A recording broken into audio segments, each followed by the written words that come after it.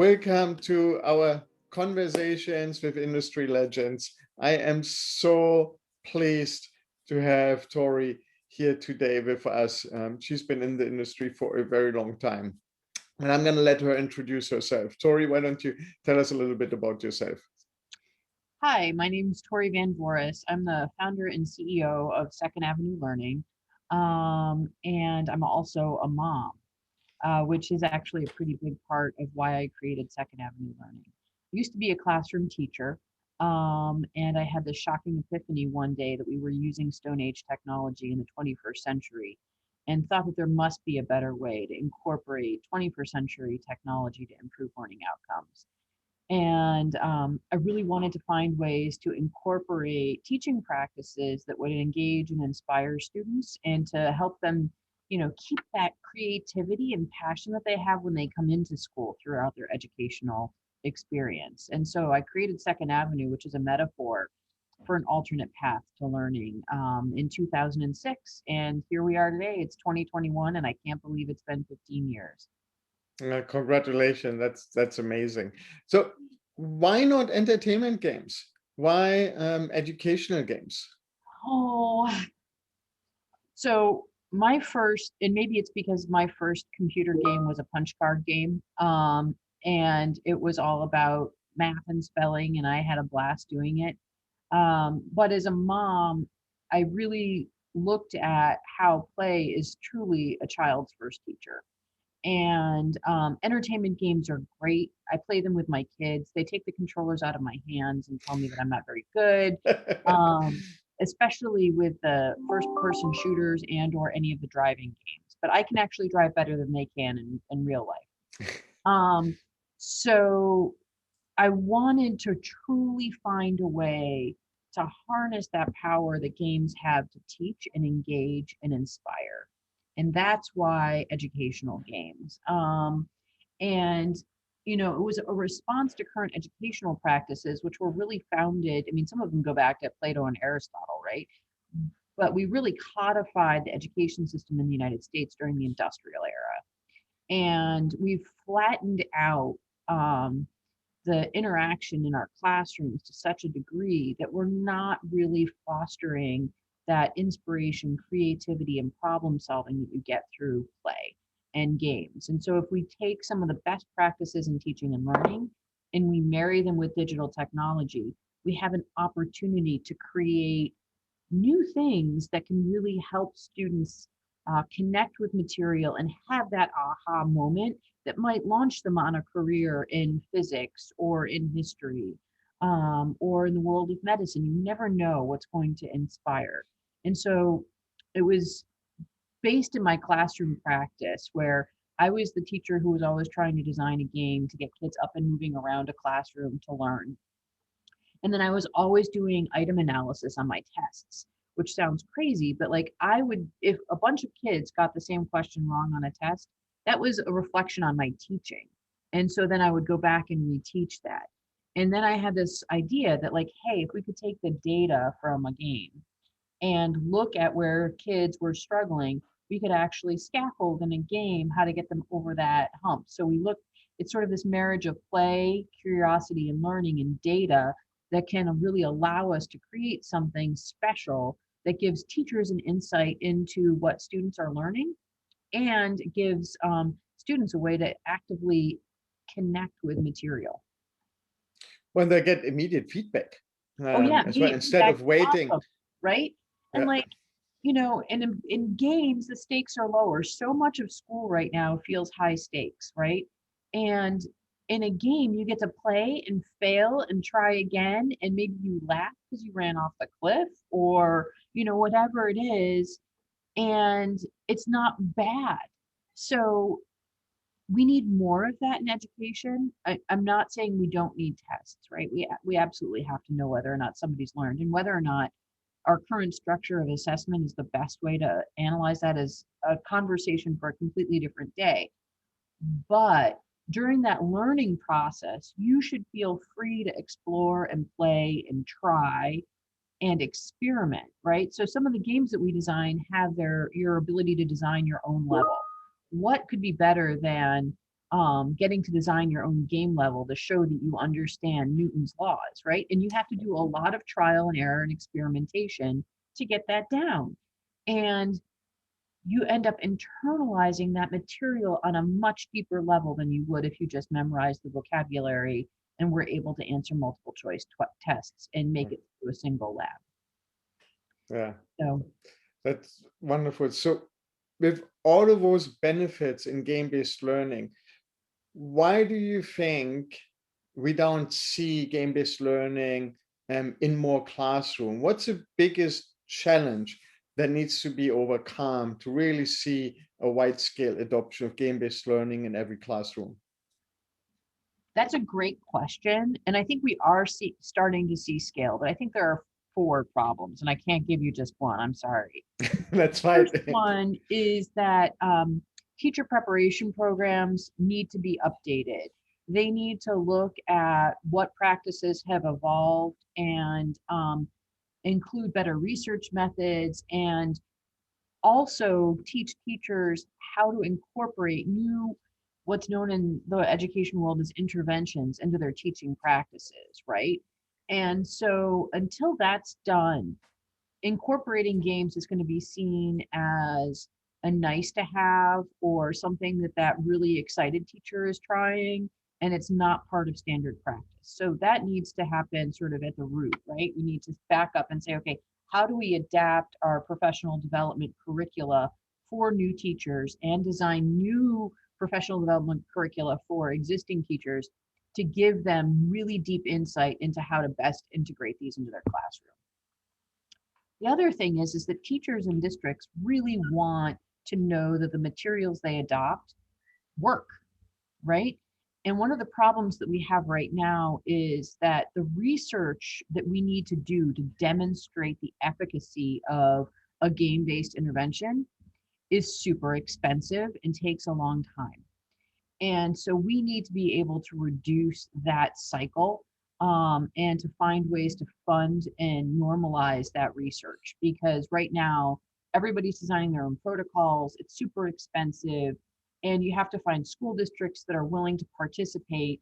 And then when you do all that, and then you get to, a potential sale with a district, and they're like, oh, well, that was in Kansas, that wasn't in my state, right?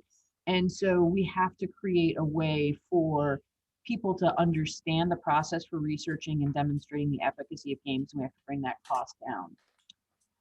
The other thing is that a lot of people design learning games that weren't teachers, and that's not always the best practice. So we have a lot of people in the world of ed tech that think they understood the education system, so they go and they design, and they don't. And so that creates a lot of noise. So we need to have better gates on who's getting into that sort of path and who's talking to schools. And that goes back to the research question that I shared with you before. But one of the things is the games need to be assignable and accessible. Because if you are defending the use of a game in a practice in your classroom, you need to have data that you can show to an administrator, to a parent, that this actually does tie back to learning objectives and does produce tangible results, even if it is just engagement and inspiration and curiosity. Those are completely valid results. It's not just that they know their multiplication facts better, right? And then the last one is something that I know you and I have talked about forever, and that is that we need a sustainable economic ecosystem around games. Right now, teachers, because they feel incredibly financially constrained, want everything to be free for classrooms, and everybody wants all kids to have as much access to educational content as possible.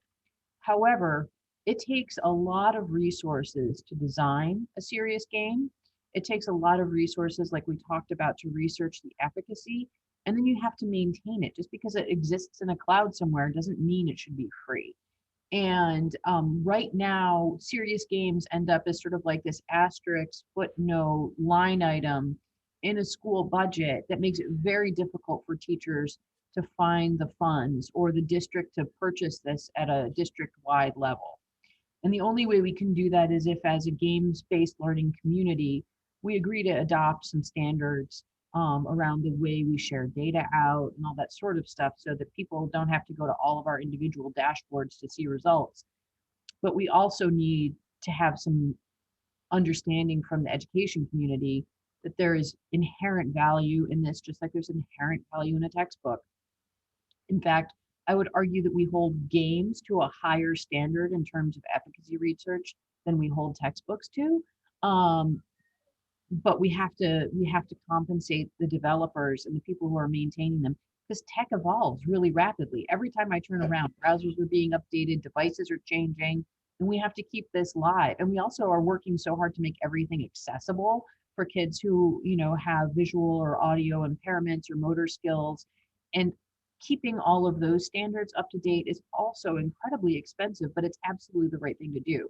So, the sustainable economic ecosystem is probably, number two behind sort of the revising teaching practice. I know that was a really long-winded answer. Oh no, that Sorry. was fantastic. Thank you. And I couldn't agree more with you. The more I know and learn about the space myself, the more I realize how much work we still have to do. I mean, 1971 Oregon Trail was first used. That's 50 years ago, and we still have a long way to go. Because of all of these things that you just mentioned. What do you foresee being the biggest opportunity in the game-based learning space? I'll tell you that I think that the biggest opportunity in games is really to help with the promotion of equity in our education system. And I'll tell you a little story. Games can be, I'm sure you're familiar with the work of Jim G, Mhm. and how games can be used as preparation for future learning. Um, and they can also be a great pathway into a concept or a content area, and help them make those critical connections that make the textbooks and things that are written from one expert to another make sense. So when we were first designing Martha Madison, which was a physics game to teach, and it was designed to actually help close the gap for girls in STEM. We did a few things with the design of that game. It was collaborative, not competitive. And all of the physics problems were set in a social context where we were using science to promote a social good. So there was a narrative around the physics game mechanics. And we tested in urban, suburban, and rural areas. And we did a pre-post test that was where the elements were drawn from standardized tests in New York State around the 8th grade physical science curriculum. So we had items that we were known good because they'd been used. And when I was looking over the data, and we were partnering with RIT, they're amazing. We had fraps captured, we had over the shoulder cameras, we did, the pre-post tests, and then I had graduate student code all the video. Back to efficacy research is expensive, right? And that was during the build, not Right. even during the post deployment, right? And I was so upset when I saw the first round of data, because we hadn't moved the needle at all for our urban students in the pre-post. And I thought, my God, I've failed. And then I went back and we looked at all the coding, and we started playing all the video from the kids, and we looked at the game data. And the kids from our low SES urban districts had solved the physics puzzles faster than, and with more variety in their answers than, the kids from our suburban districts. And the rural kids were sort of in the middle. And I was like, then why did the pre-post test thing go so badly? And it was because they didn't know the language of science. And so we were able to refactor the game. So when we were playing back through the video, the kids were referring to the inclined plane as the ramp thingy. And they knew exactly what it did. They understood how it worked. But when they got to the assessment, they didn't understand the word inclined plane. And so then we refactored the game to include some of that vocabulary, and it feels almost like you're getting a cheat code while you're playing, because you get this inside baseball. And because it was collaborative, all of a sudden we had kids that had never seen these words before properly using the language of science to describe their gameplay. And so then we had great pre-post results, and we were able to see transfer in the classroom to standard educational materials and retention weeks and weeks later. So, it's like you can help close that gap in terms of equity if you design games properly, and you can use them for kids who need to race ahead, or you can use them to help remediate a kid who maybe hadn't learned something before. And there can be tremendous impact, because then all of a sudden there's this relevance for why I have to learn this thing, right? Mhm. So that's, I mean, equity is probably the biggest thing in my mind about the why for serious games. Right. Well, and the game doesn't really care who you are, where you come No, from, what ethnicity or race or background, if you're rich or poor, which really makes it, an even playing field, when you absolutely. start, And as long as. that's a super important point that you make around design of games. And it's something that we spend a lot of time doing. Is we usually do an art slam and we focus group test our art and a bunch of things about our games with students from a bunch of different backgrounds, socioeconomic, ethnicity, race, and we look at urban, suburban, rural, and we try and look at different regions to make sure that nothing in our design would be considered offensive, that it would be inspiring to all kids, and that nobody's going to feel excluded by the way we created the game or shaped the characters. Yeah. Oh, that's wonderful. Now, what do you suggest teachers can do to help? Oh, um, so I guess there's three things. One, integrate them into your curriculum, and don't make them sort of the reward at the end of the day for people having done their work, right? Incorporate them really thoughtfully into the curriculum, and we can talk a little bit more about what that looks like. The next is participate. When somebody knocks on your door and says, hey, we have this educational game and we'd love for your students to have the opportunity to play it and give us feedback so that we can make sure that it works well, take that flyer with the research study, be part of the community of people that supports the evolution of this new educational medium. And then the last thing is pay for games. Don't ask for them to be free. Respect the hard work that goes into creating them, and support the people that are working so hard to create opportunities for all students to learn. Ah, thank you. That's wonderful. Now, for the teacher that's now decided, I'm going to use a game in the classroom, do you have some tips as a former teacher yourself on best ways or practices to incorporate it into your curriculum? So at Second Avenue, we have a sort of a mantra around the play sandwich, and it goes play, teach, play. And the reason we do that is we think that before, like so many people do an anticipatory set, right? And they're like, and today we're going to learn about, and they give a little lecture and they put a formula on the board, or they put a verb construction on the board, or whatever it is, and you've already lost the kids, right?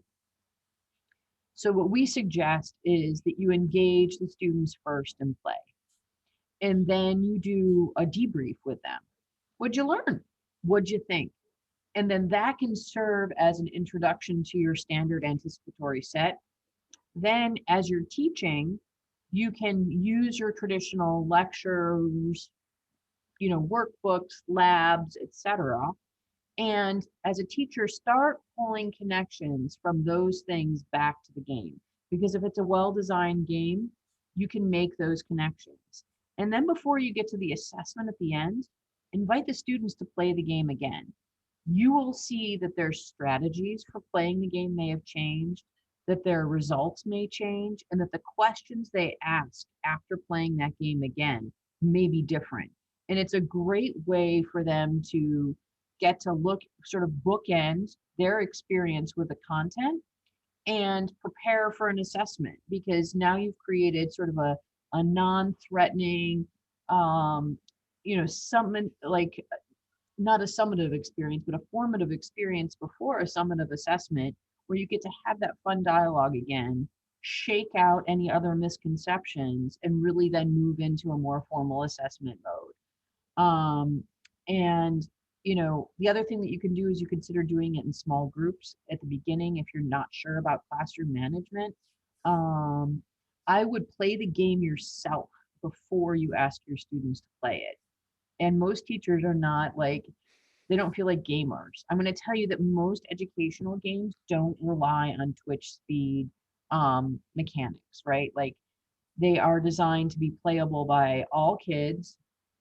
You're not going to kill your character, and there's really no threat. So play it through a couple of times yourself, laugh at yourself because you might not understand it at the beginning. Don't worry, the kids will get it. They will, honestly. And we all play test all the time with kids. We don't put stuff into classrooms where kids are going to be like, what button do I push? Like that just doesn't happen.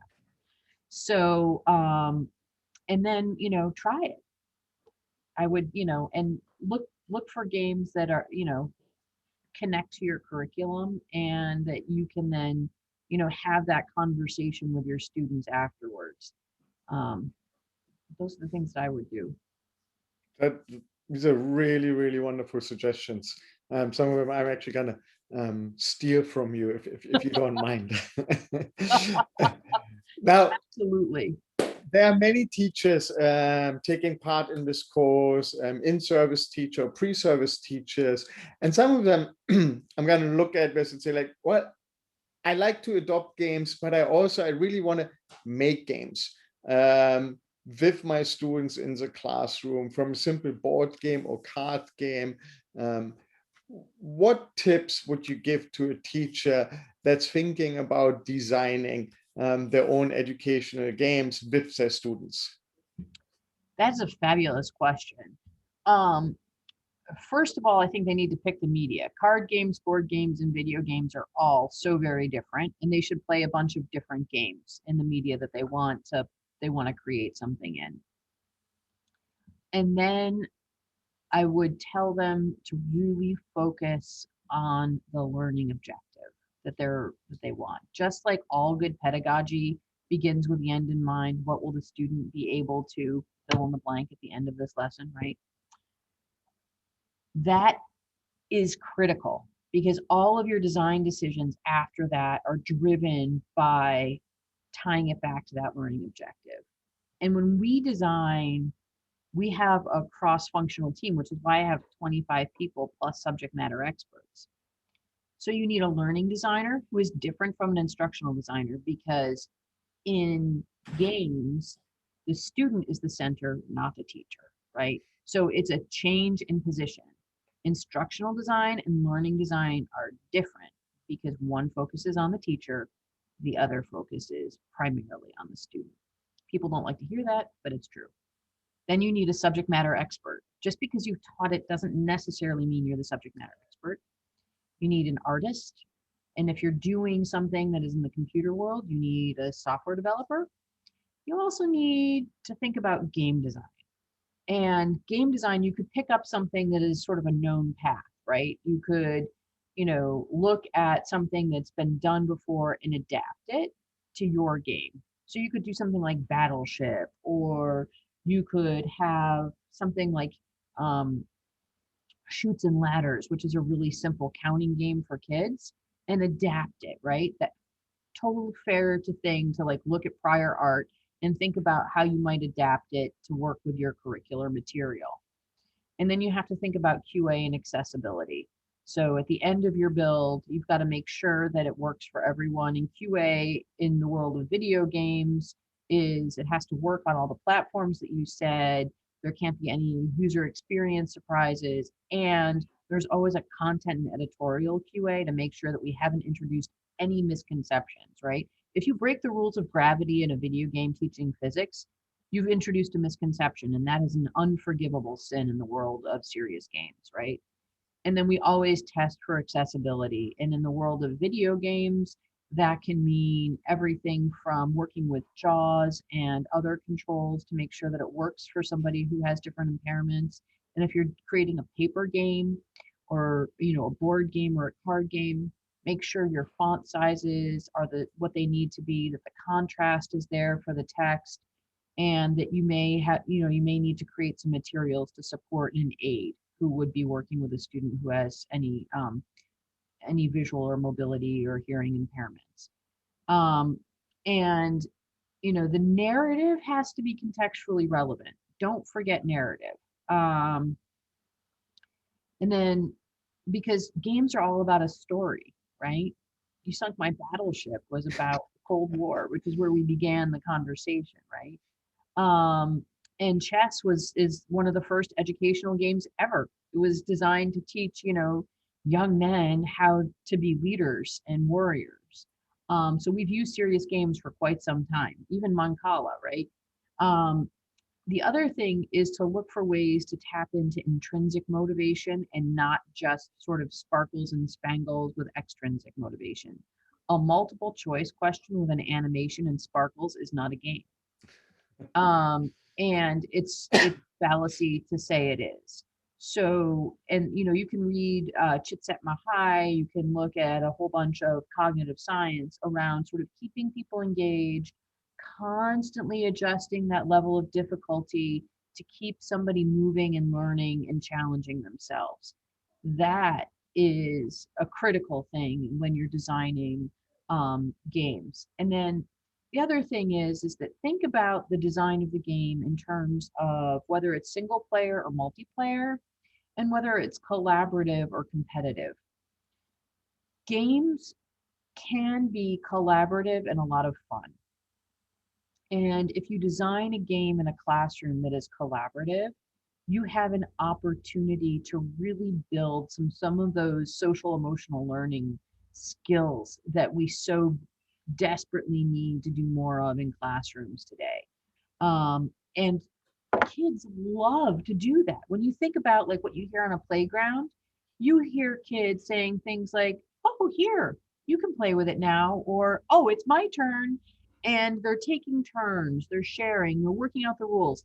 If you've ever played soccer with a bunch of 7-year-olds, the rules are incredibly creative and imaginative and not necessarily the ones that you would find in Major League Soccer, or I don't know who you follow, but they will create those rules and play the game as they design it. So think about looking for opportunities in the game design to build some of those social emotional skills. Wow, that's just incredible wealth of wisdom. Really, really appreciate it. So I think I mentioned it to you in this conversation. You are allowed to tout your own wares. You are allowed to advertise because remember that there's teachers taking part in this class. What is it that you want to highlight? Any games you've made that are currently available, and anything?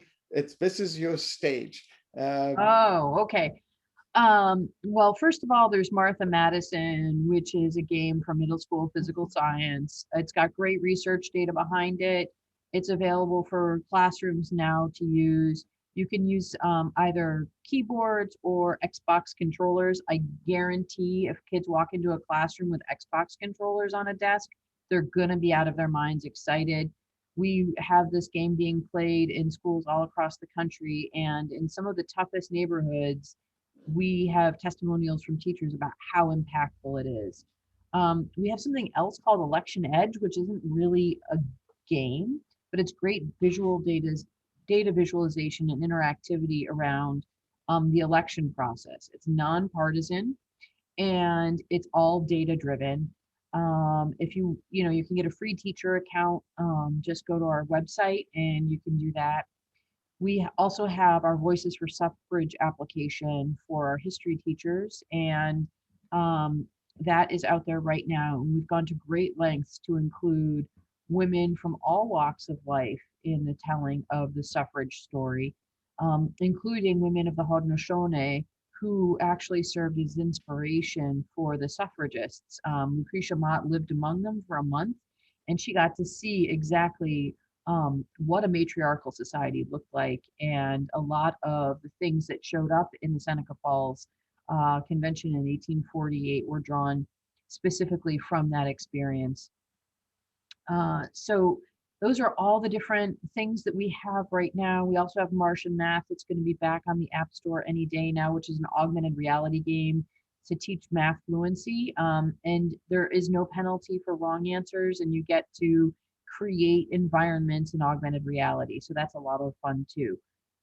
If you ever are looking for insight or questions about serious games, please feel free to reach out.